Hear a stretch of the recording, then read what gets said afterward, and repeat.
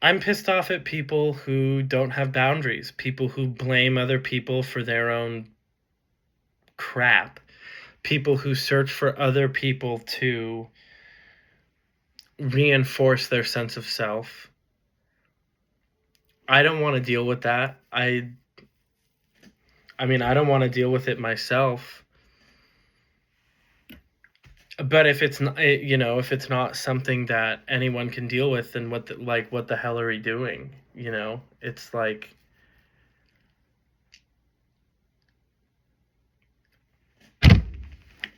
teach a man to fish. Don't give a man fish. Teach a man to go fishing and catch a fish. And sometimes the best way to teach a person to do that is to say, I'm not going to fish for you. I'm not going to catch the fish that you need. And potentially because your river is your river, to use this silly freaking analogy that I'm using right now. It's like you're the one who has to dip into that. And the concept of, as a coach I've been seeing says, it's an inside job. And I think that's kind of what it means. It's like you reap what you sow, but you're sowing your own soil. And if you don't, it's my grandma talks about integration. If you don't learn how to integrate the things that hurt you that you can put on other people use the word baggage, these kind of buzzwords. Boundaries is a buzzword too. Shame is a buzzword. But I think the problem with buzzwords is we lose what they mean. But the thing that I am learning to enjoy about boundaries is it makes it so I don't have to take anyone's stuff personally.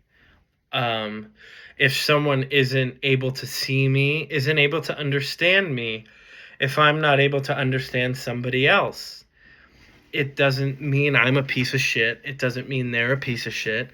It doesn't mean we'll never be able to understand each other. It just means in that moment, like, the puzzle pieces didn't fit. And I think a relationship is about each person being fully dedicated to respecting the other person as their own puzzle piece and respecting ourselves as our own puzzle piece. And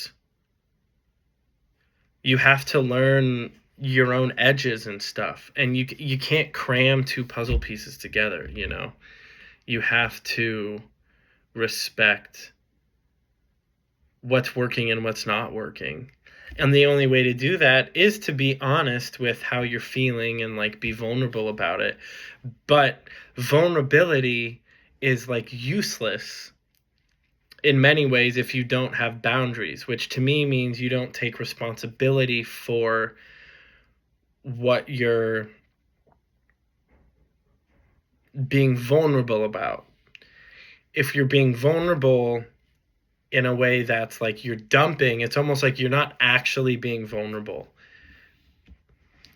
I think being vulnerable requires that, as I think this guy Joe Hudson says it. You should watch his videos on YouTube if you resonate with any of this stuff at all.